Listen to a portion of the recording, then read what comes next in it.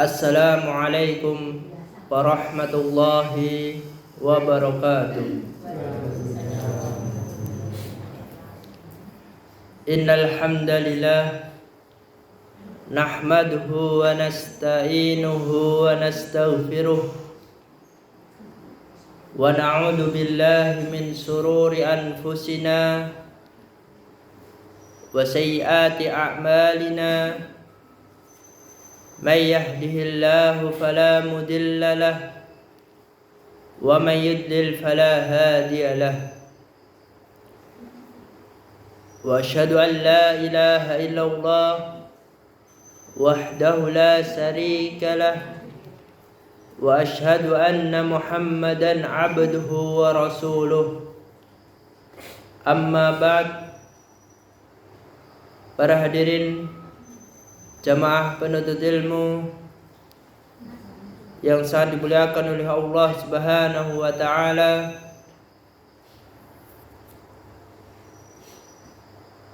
pada malam yang berbahagia ini kita akan melanjutkan belajar bersama-sama kita menggunakan kitab Al-Jadid fi Syarhi Kitab Tauhid. Dan sebelum memasuki belajar bersama-sama, mari kita baca basmalah bersama-sama. Bismillahirrahmanirrahim.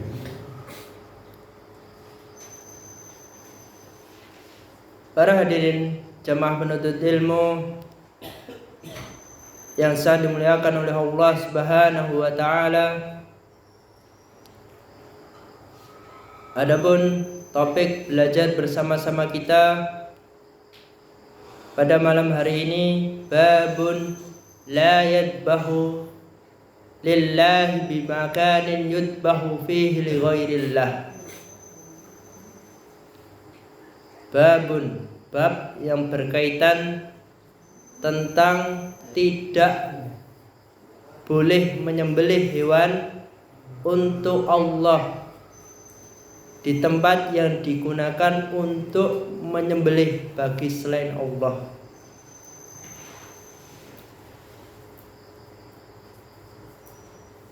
Di dalam kitab ini halaman 111 sampai 112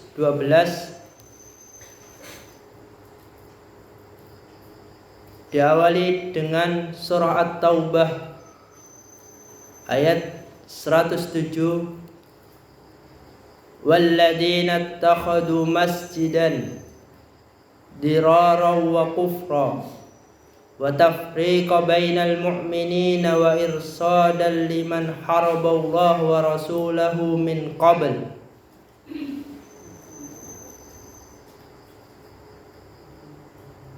Walladzina ittakhadhu masjidan dirara, di antara orang-orang munafik,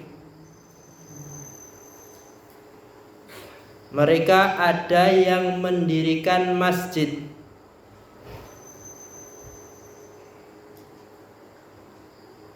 wa tafriqan bainal mu'minin. Tujuan orang-orang munafik mendirikan masjid itu untuk menimbulkan bencana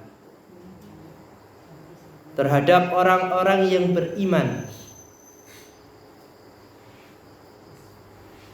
wa irsada, menyebabkan timbulnya kekufuran,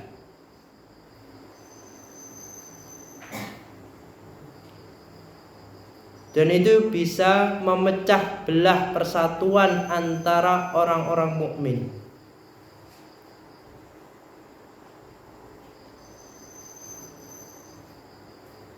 Liman haraballahu wa rasulahu min qabl,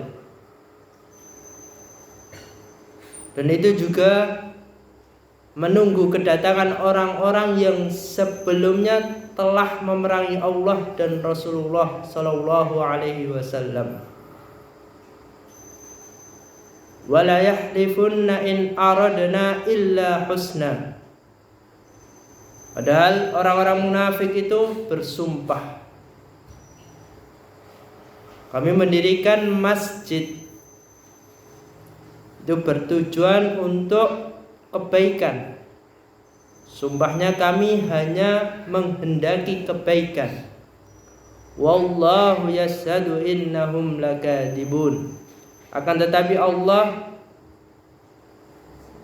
bersaksi bahwa sesungguhnya mereka itu benar-benar berdusta, bohong dalam sumpahnya.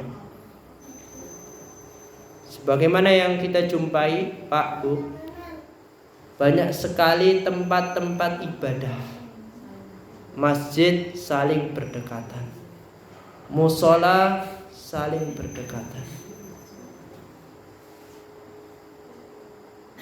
Akan tetapi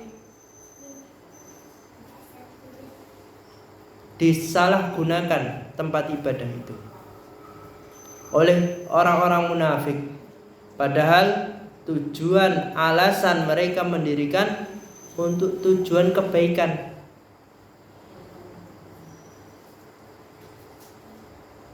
Akan tetapi sebagian besar itu digunakan untuk acara-acara kesyirikan atau kebid'ahan. Pada zaman Nabi Shallallahu Alaihi Wasallam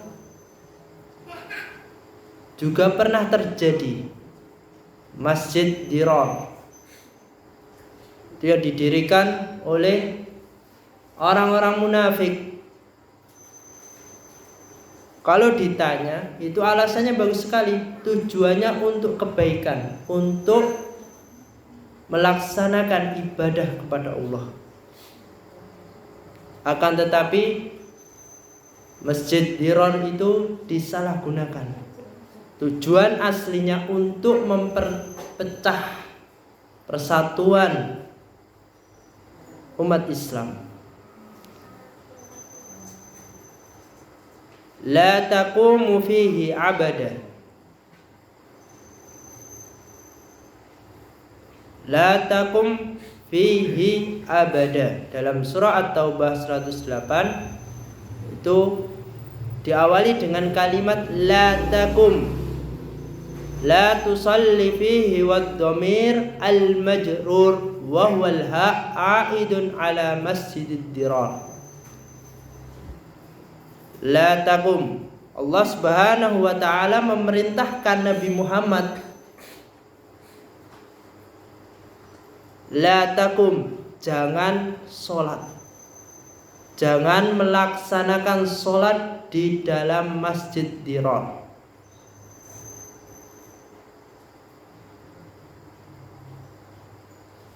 Fihi, dalam kalimat fihi itu ada huruf ha dalam ayat. Itu penekanan terhadap Masjid Dirar. La taqum, jangan sekali-kali sholat di dalam masjid yang digunakan untuk perbuatan kesyirikan atau kebid'ahan. La taqum itu menunjukkan larangan, jadi hukumnya haram. Abada, dalam ayat surah At-Taubah ada kalimat abada. Ini menunjukkan dzarfu lima yustaqbalu min zamanin bimakna daiman. Ini keterangan waktu untuk masa yang akan datang, untuk selamanya jadinya. Zaman Nabi sudah ada Masjid Dirar. Tujuan orang-orang munafik mendirikannya itu untuk memperpecah persatuan kaum muslimin. Fihi abada, setelah zamannya Nabi Muhammad, masanya umat selanjutnya itu banyak yang membangun masjid-masjid, yang membangun musola-musola, tempat beribadah. Alasan membangunnya agar banyak orang yang datang sholat ke masjid itu. Kalau ditanya alasannya begitu. Akan tetapi ketika berjalannya waktu, masjid itu disalahgunakan. Ada yang masjid itu untuk acara kesyirikan, bersih desa diadain di masjid, ngundang mbah dukun. Tentunya masjidnya itu tidak boleh digunakan untuk sholat, karena itu dibuat tempat atau digunakan untuk kesyirikan. Atau masjid diadakan acara kesyirikan dengan menyembelih sapi atau kambing dengan tujuan yang salah. Tentunya itu masjid itu tidak boleh digunakan, walaupun menyembelihnya itu di halaman masjidnya, bukan di pas masjid. Itu tidak boleh digunakan untuk sholat. Begitu pula yang marak sekarang, banyak masjid di daerah kita ini untuk sholawatan yang diiringi musik. Nggih mboten Pak Bu? Masjid itu termasuk cakupan Masjid Diror pada masanya Nabi yang terjadi. Jadi masjid yang digunakan untuk acara kebid'ahan yang melanggar nilai-nilai tauhid itu tidak diperbolehkan untuk sholat 5 waktu.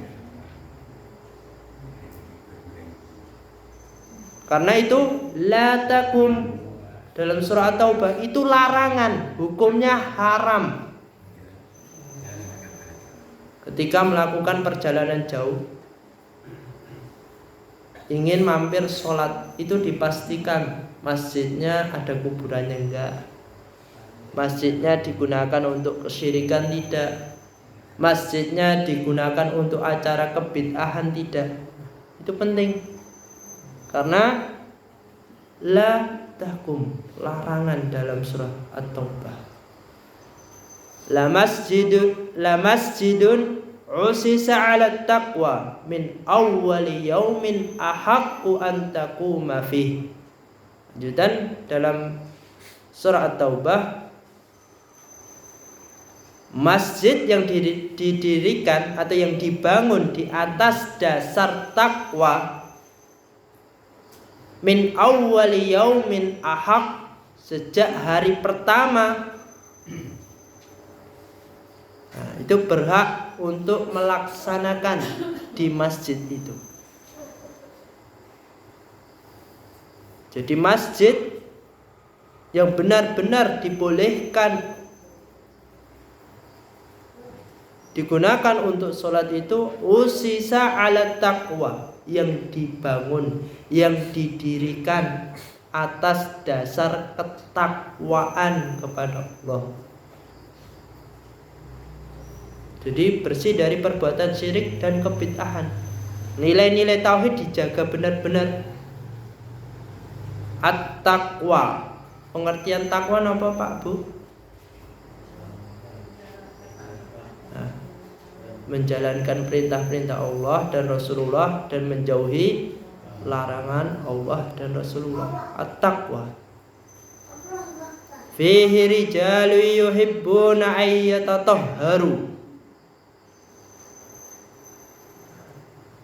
Yang di dalamnya itu masjid yang dibangun usisa 'ala taqwa, atas dasar ketakwaan, terdapat orang-orang yang ingin atau sering atau gemar yuhibbuna ay yutahharu, membersihkan diri. Jadi masjidnya itu digunakan untuk orang-orang yang bertaubat. Karena setiap manusia itu pasti melakukan perbuatan kesalahan. Jadi masjid yang dibangun atas ketakwaan itu akan diisi dengan orang-orang yang menjaga nilai-nilai tauhidnya.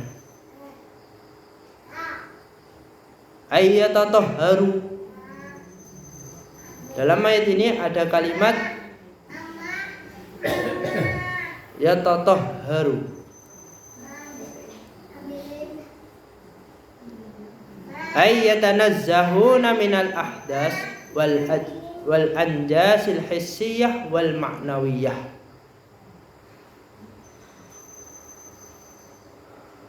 Orang-orang yang membersihkan diri dari hadas, keadaan yang tidak suci, wal anjasi dan najis, baik itu yang berupa fisiknya dan non fisiknya. Non fisik itu hatinya.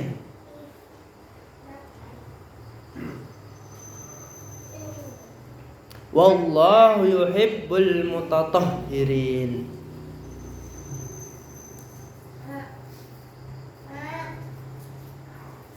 Dan Allah itu sangat menyukai orang-orang yang membersihkan dirinya dari noda-noda dosa, baik itu dosa besar maupun dosa kecil. Allah menyukai orang-orang yang membersihkan diri dari noda dosa, baik itu dosa besar maupun dosa kecil. Allah yuhibbul mutatahhirin.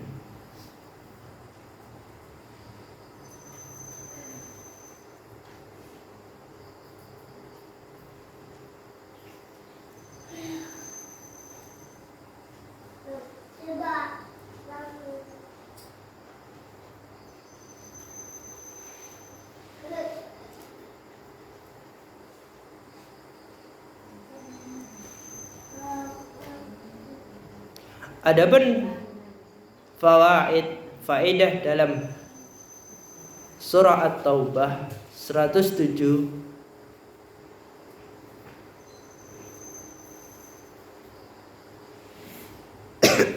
dan 108. Yang pertama,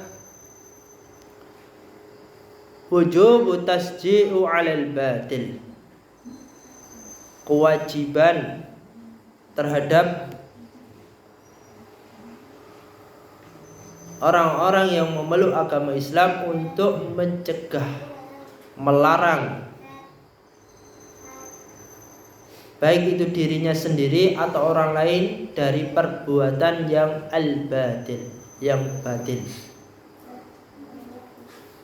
Jadi wajib mencegah diri kita dari perbuatan kesyirikan atau sesuatu amalan yang berkaitan dengan ibadah itu tidak pernah dicontohkan oleh Nabi. Itu hukumnya wajib.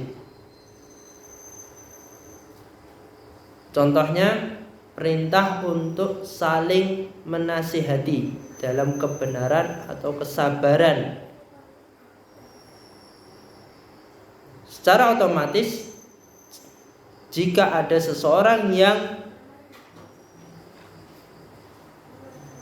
melakukan perbuatan saling menasihati dan kesabaran dalam menjalankan ketaatan kepada Allah, itu berarti dia juga mencegah kebatilan. Sebagaimana yang terdapat di dalam surah Al-Asr ayat 3, illa alladzina amanu wa amilus shalihat, kecuali orang-orang yang beriman dan beramal saleh. Wa tawasau bil haqqi, yang saling menasihati, bil haq, menasihati di atas kebenaran. Jadi menasihati orang itu harus berdasarkan ilmu, apalagi yang berkaitan dengan agama, itu harus berdasarkan dalil atau bukti yang sesuai dengan Al-Quran dan hadis-hadis Nabi yang sahih. Tidak boleh asal-asalan. Wa tawasau bis sabri, dan saling menasihati di atas kesabaran. Sabar itu penting. Sebagaimana yang sudah kita pelajari, sabar itu terbagi menjadi berapa Pak Bu? 3. Yang pertama, sabar di dalam ketaatan kepada Allah. Taat itu harus perlu sabar. Contohnya sholat 5 waktu. Itu perlu sabar buatan Pak Bu? Perlu. Setiap hari itu dilakukan 5 kali atau 4 kali Pak? 5 kali, 5 waktu. Itu kalau nggak sabar, itu pasti bolong-bolong. Nggih mboten Bu? Ada yang sholat zuhur, tapi asarnya nggak sholat, nanti sholat maghribnya. Maghrib, sholat isya, nanti subuhnya nggak sholat, alasannya ketiduran. Itu nggak sabar di atas ketaatan kepada Allah. Memulai itu gampang. Memulai dalam perbuatan kebaikan itu gampang. Tapi istiqomah itu yang sulit. Belajar ilmu agama perlu sabar buatan Pak Bu? Sabar. Sabar di atas ketaatan kepada Allah. Itu termasuk taat kepada Allah. Memperdalam ajaran agama Islam. Kalau nggak sabar, sekarang berangkat, besok nggak berangkat, besok nggak berangkat, tanpa ada alasan. Itu nggak sabar di atas ketaatan kepada Allah. Jadi perintah dalam mengamalkan segala amalan kewajiban atau yang sunnah terhadap perintah terhadap orang-orang yang beriman, seperti sholat itu wajib hukumnya. Tapi yang berat itu istiqomah, sebagaimana yang sudah kita pelajari sebelumnya. Istiqomah itu yang paling sulit. Makanya di sini terdapat watawasau bis sabri, untuk saling menasihati di atas kesabaran. Sabar yang kedua apa Pak Bu? Apa? Bersabar di dalam menjauhi larangan, ala maksiatillah. Sabar. Lihat temannya melakukan perbuatan kesyirikan atau kemaksiatan, kita harus menahan diri, sabar. Jangan ikut-ikutan, jangan terbawa arus. Kalau terbawa arus cuma ikut-ikutan berarti itu tidak sabar.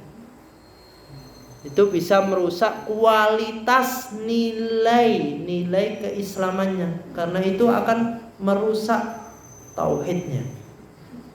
Yang terakhir, sabar di dalam menerima takdir baik maupun buruk.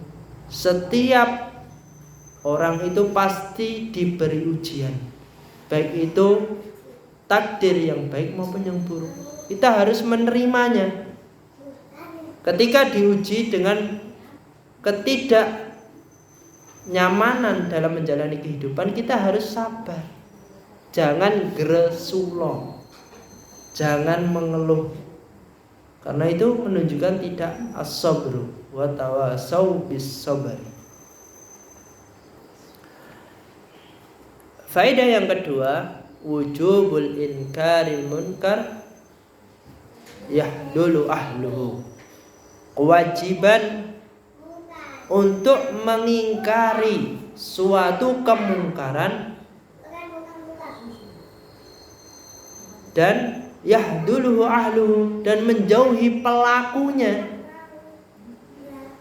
atau menghinakan perbuatan yang dilarang itu.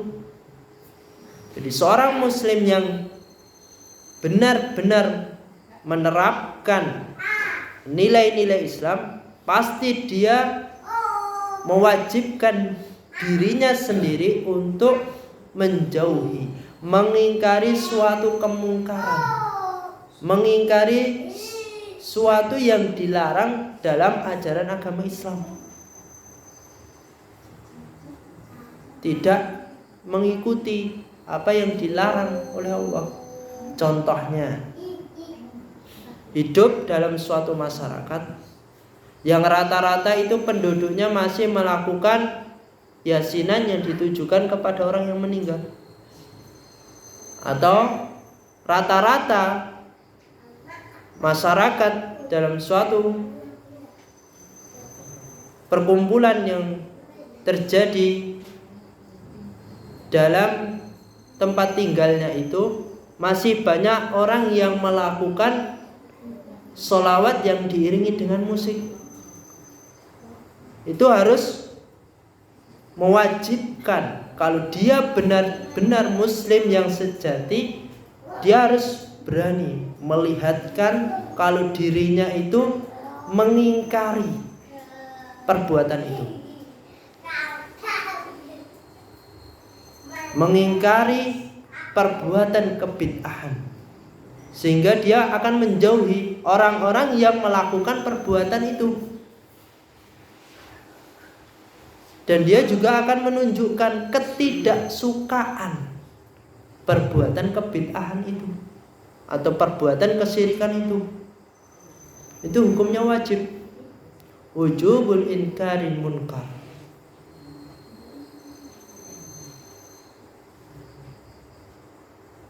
Sebagaimana yang diperintahkan di dalam surah Ali Imran ayat 104, wal takum minkum ummatun yud'auna ilal khair. Wal takum minkum, hendaknya di antara kamu, yad'una ilal khair, ada segolongan orang yang mengajak kepada kebaikan. Wa ya'muruna bil ma'ruf, ya'muruna memerintahkan, menyuruh untuk berbuat atau untuk melakukan perbuatan yang ma'ruf. Wa yanhauna 'anil munkar, dan mencegah dari suatu kemungkaran, sesuatu perbuatan kebatilan. Ulaika humul muflihun, mereka itulah orang-orang yang beruntung. Jadi orang yang beruntung, yang sejati itu orang yang mengajak untuk mengerjakan kebaikan, taat kepada Allah dan menjauhi seluruh larang-larangannya.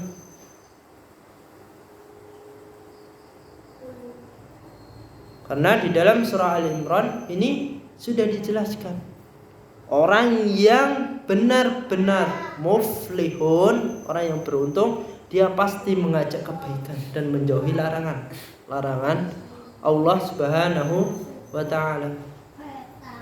Karena dalam suatu masyarakat itu pasti ada yang taat, pasti ada yang tidak taat. Di sana ada ketaatan, pasti ada perbuatan kesyirikan.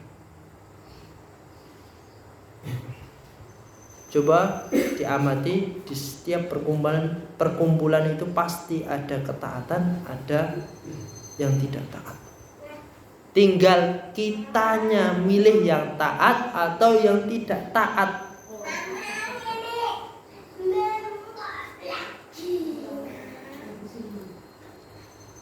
Adapun faedah yang nomor 3, bayanul khatril munafikin ala ummatil islamiyah wa wujubu hadru minhum.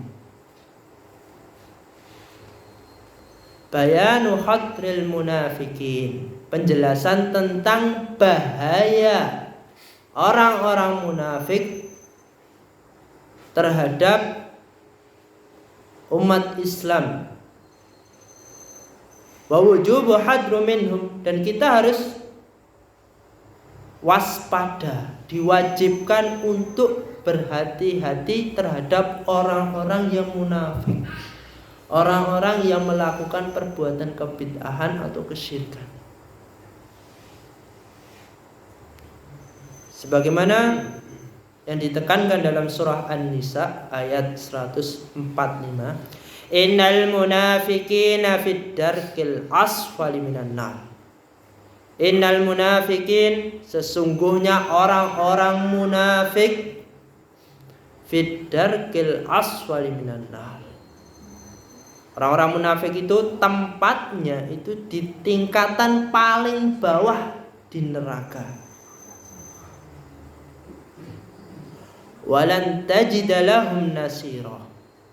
Dan bagi orang-orang munafik itu tidak akan mendapatkan seorang pun yang bisa menolongnya.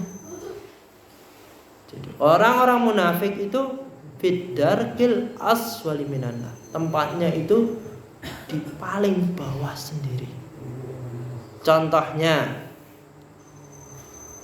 Pak, Bu, sholat 5 waktu itu hukumnya wajib buatan? Wajib. Tahu itu perintah yang wajib.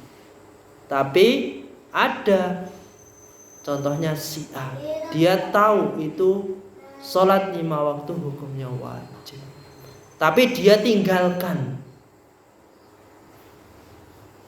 Padahal si A ini posisinya laki-laki, gak mau sholat di masjid berjamaah. Dia tahu hukumnya wajib bagi laki-laki sholat di masjid. Tahu dalil innal munafiqina fid darki aswali minan nar, tapi dia tidak mendapatkan hidayah. Itu langsung auto di neraka. Karena dia tidak menggunakan ilmunya untuk pegangan, untuk pedoman dalam hidupnya.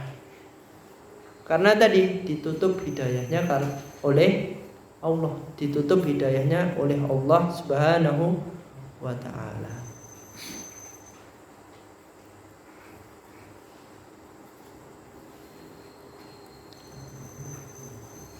Faedah yang keempat, keutamaan fadlu Masjidil Quba, keutamaan Masjid Quba, sebagaimana yang terdapat di dalam surah At-Taubah tadi. La takum fihi abadan, jangan melakukan sholat di Masjid Dirar.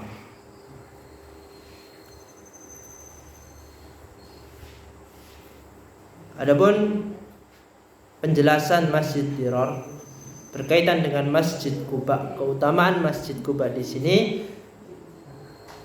diceritakan bahwa suatu kaum pada zaman Nabi, pada masanya Nabi Muhammad SAW, orang-orang munafik itu membangun sebuah masjid dengan tujuan, sebagaimana yang sudah kita pelajari tadi, untuk mencegah atau untuk memecah belah persatuan umat Islam. Dan tujuan Masjid Dirar itu untuk menyakiti Nabi Muhammad SAW beserta para sahabatnya. Dan orang-orang munafik ketika selesai membangun Masjid Dirar, orang-orang munafik ini ditanya oleh para sahabat,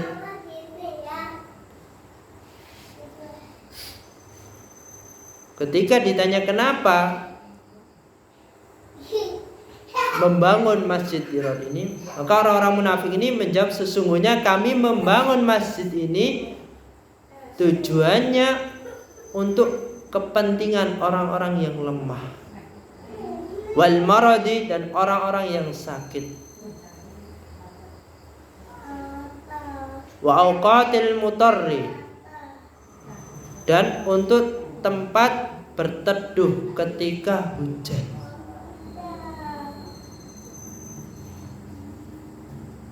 Sehingga orang-orang munafik tadi meminta Nabi SAW untuk sholat di dalam Masjid Dirar tadi, untuk mengambil suatu izin dari Nabi.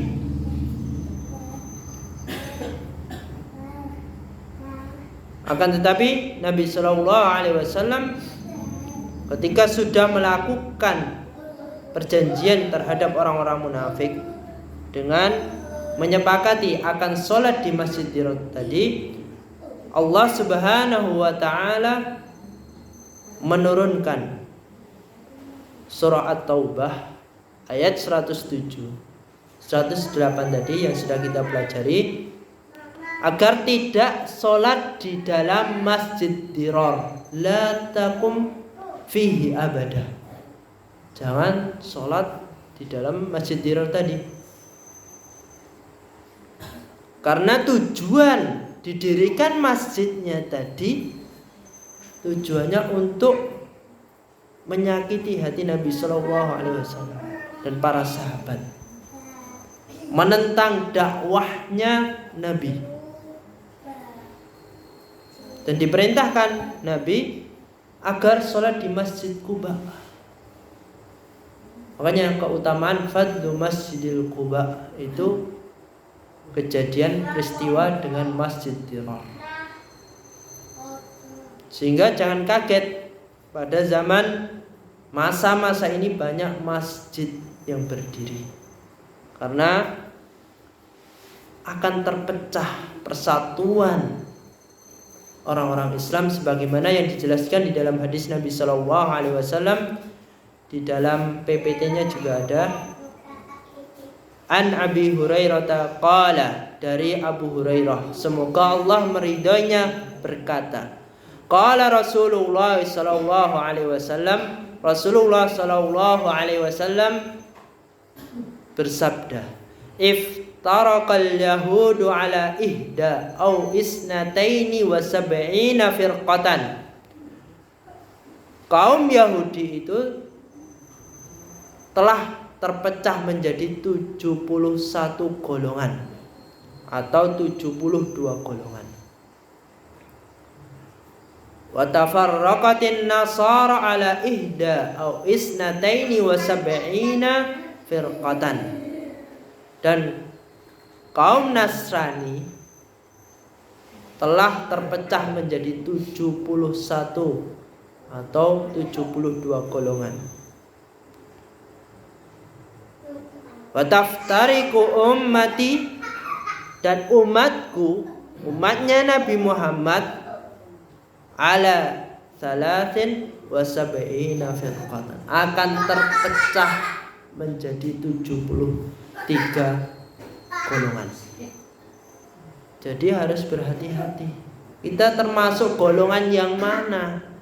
Karena yang selamat dari 73 golongan pada zamannya Nabi Muhammad SAW itu cuma satu yang selamat. Jadi harus hati-hati. Taftariqu ummati ala 73 firqatan, 73. Jadi harus berhati-hati.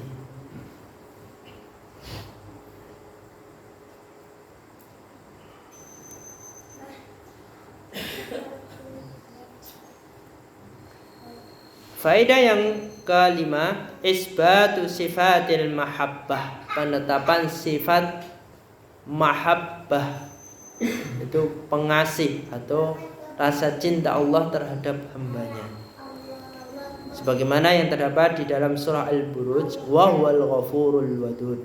Allah itu maha pengampun lagi maha pengasih.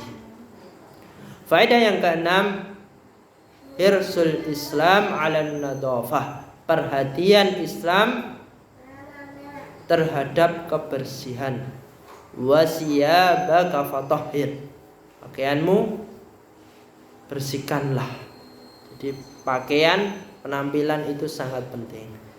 Faedah yang terakhir, yang ketujuh, tahrimus shalah fil masjidid dirar au fi makanihi ila yaumil qiyamah. Haramnya sholat di Masjid Dirar atau masjid atau musola yang di dalamnya itu digunakan untuk perbuatan kesyirikan atau kebid'ahan, itu hukumnya haram. Jadi tidak boleh sholat di dalam masjid yang digunakan untuk perbuatan syirik atau kebid'ahan. Alhamdulillah. Mungkin kita cukupkan sekian yang kita pelajari pada malam hari ini. Sebelum ditutup, Pak Bu, ada pertanyaan untuk bapak-bapak dan ibu-ibu. Jika suatu tempat ibadah itu digunakan untuk acara sholawat yang diiringi dengan musik, itu boleh nggak tempat digunakan untuk melaksanakan sholat 5 waktu, Pak Bu? Tidak boleh. Hukumnya apa tadi? Haram.